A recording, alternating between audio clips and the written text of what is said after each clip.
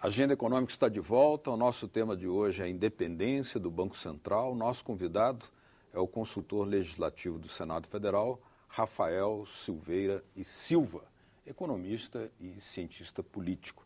Recuperando o seu raciocínio, no primeiro bloco, nós tínhamos chegado, já na sua análise, da passagem do Palocci para a chegada do ministro Manteiga. Vale lembrar aí que, sem ter havido uma grande alteração do ponto de vista referente às práticas do Banco Central, houve alterações de política monetária substanciais e até na área da economia, com a expansão do mercado e o fortalecimento dos bancos públicos, para o que usou-se de um expediente que tem a vinculação com as reservas do Tesouro. Isso é um elemento de política monetária bem diferenciado. No entanto, o Banco Central não sofreu alteração também. Como é que você comentaria isso? Exato.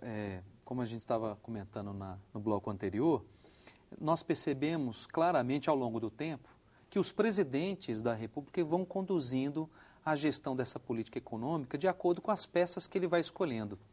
Então, a gestão da política econômica e, obviamente, da política monetária, ela é muito suscetível ao estilo do presidente, aos humores do presidente, aos humores da política. Então, dependendo do grupo político que assume o poder da presidência, o estilo daquele partido ou daquela figura que se torna presidente da República é que determina essa maneira como o papel do Banco Central vai se dar em relação ao ministro da Fazenda e vice-versa. Por exemplo, também aí é preciso incluir o compromisso político, né, com a agenda com que cada presidente foi eleito. Por exemplo, certeza. Se um presidente diz que vai fortalecer programas sociais, isso significa dispor de recursos financeiros, né, orçamentários, para que cumprisse aquela meta que o presidente Lula dizia: cada brasileiro vai ter que almoçar, alimentar-se 3 vezes por dia. É um programa político, né? Sem dúvida. Significa tem uma tradução orçamentária. Claro, e é uma agenda que tem legitimidade, com certeza, porque, afinal de contas, são escolhidos pelos votos. Então, existe essa legitimidade das urnas que dá força e que dá prerrogativas para esses nossos dirigentes escolher a melhor forma, a forma que eles entendem que é a mais adequada para o nosso desenvolvimento social. Acontece que, muitas vezes, esses objetivos, eles acabam prejudicando bastante outro lado da função do governo, que é a função do equilíbrio da inflação, do equilíbrio orçamentário. Dependendo da mediação como isso ocorre, no médio e no longo prazo, pode haver desequilíbrios muito sérios. E é o que o pessoal tem chamado isso de inconsistência intertemporal das políticas econômicas. Então, a serviço da política, dos objetivos mais imediatos ou daqueles compromissos assumidos com os eleitores, há um desequilíbrio. E aí, no curto prazo, tudo se resolve, mas no médio e no longo, há o desequilíbrio da inflação, há o desequilíbrio das contas públicas, há o desequilíbrio orçamentário. E aí entra justamente essa questão que nós estamos trazendo e que o Congresso tem trazido novamente para a gente discutir. Mas se nós entrássemos com outro olhar nessa discussão dos desequilíbrios, por exemplo, pode ser um desequilíbrio, tecnicamente falando, alguma pressão inflacionária, mas, por outra ótica, deve-se considerar também desequilíbrio a retração do consumo, ou a retração do salário, ou o não fortalecimento dos bancos públicos que assegurem um grau maior de inclusão de consumidores naquilo que seria uma normalidade, as pessoas comprarem aquilo que precisam para viver. Também não é desequilíbrio? Vamos pegar pela ótica do controle da inflação. Alguns defendem que a inflação tem que ser um pouquinho mais flexibilizada, um pouquinho mais de inflação, para você ter um pouco mais de dinâmica econômica, um pouco mais de crescimento econômico, justamente para que os trabalhadores, a sociedade toda tenha mais possibilidades e poder de compra, haja uma dinamização do mercado de trabalho e da produção, e aí haja com isso todo o crescimento econômico que satisfaça as necessidades do país. Acontece que sempre é uma faca de dois gumes essa questão. Quando se erra nesse equilíbrio, vamos flexibilizar o controle da inflação, acaba ocorrendo um descontrole muito maior do que era o previsto. Então, uma inflação que poderia estar muito bem controlada e cedeu-se a esse controle em função do crescimento econômico, nós ganhamos o quê? Possibilidade de maior inflação futura. E essa inflação é um imposto que cobre toda a população, dos mais pobres aos mais ricos. É um imposto, e claro, os mais pobres sofrem muito mais com a inflação do que os mais ricos, porque eles se protegem dos mais ricos. Os mais pobres não têm por onde correr. O salário corrói, a renda mensal vai diminuindo.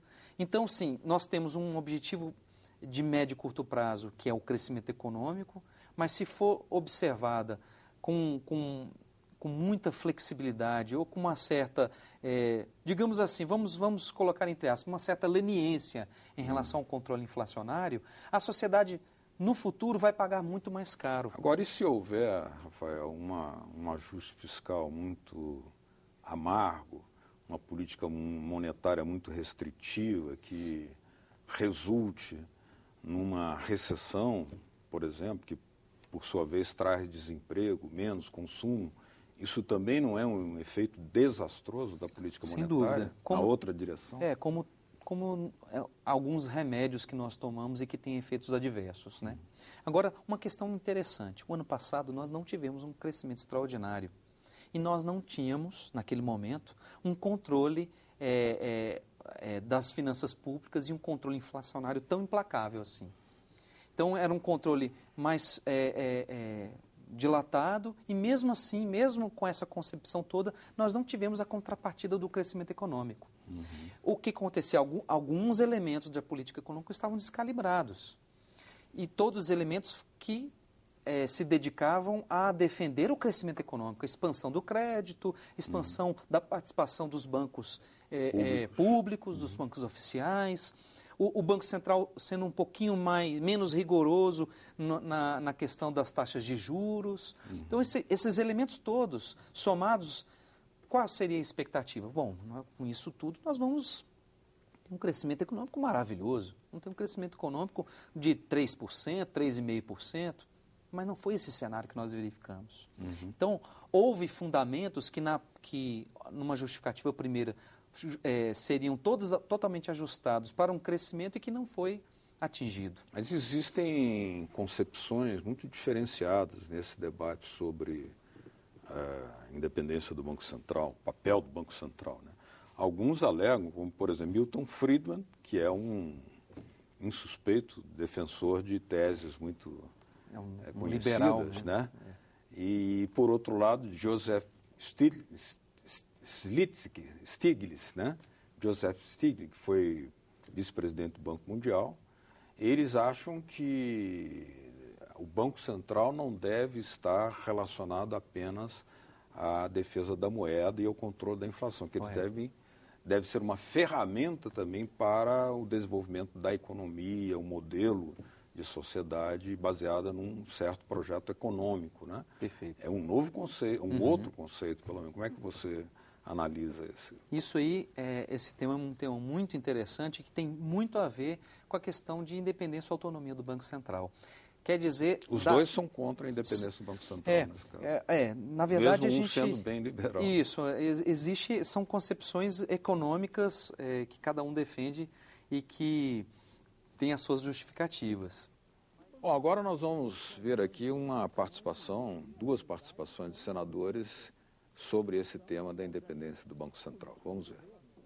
O Banco Central tem que ser um banco que tenha, inclusive, afinidade com políticas de nação e, obviamente, políticas de governo. Então, portanto, não pode ser independente. Independente de quem? Se você constrói uma política para um país que é lastreada principalmente na inversão de prioridades, no trato do nível de investimento, por que esse Banco Central teria que ser apartado disso? O Banco Central é para cuidar só das questões dos bancos? Então, para cuidar dos bancos, já tem os próprios bancos, que são fortes até demais. Então, portanto, o Banco Central tem que ser um instrumento de governo, inclusive para regular esse mercado, que não é fácil. Então, portanto, o Banco Central tem que ser um banco para defender o cidadão brasileiro, para defender o Estado brasileiro. Então, essa conversa de Banco Central independente do Estado brasileiro é Banco Central para ficar cuidando de mercado. Nós queremos Banco Central para regular mercado e para cuidar do povo brasileiro. Eu disse ao ministro Levi que nós estamos preocupados com a qualidade do ajuste, não é apenas com o quanto significará o ajuste, mas é como será o ajuste.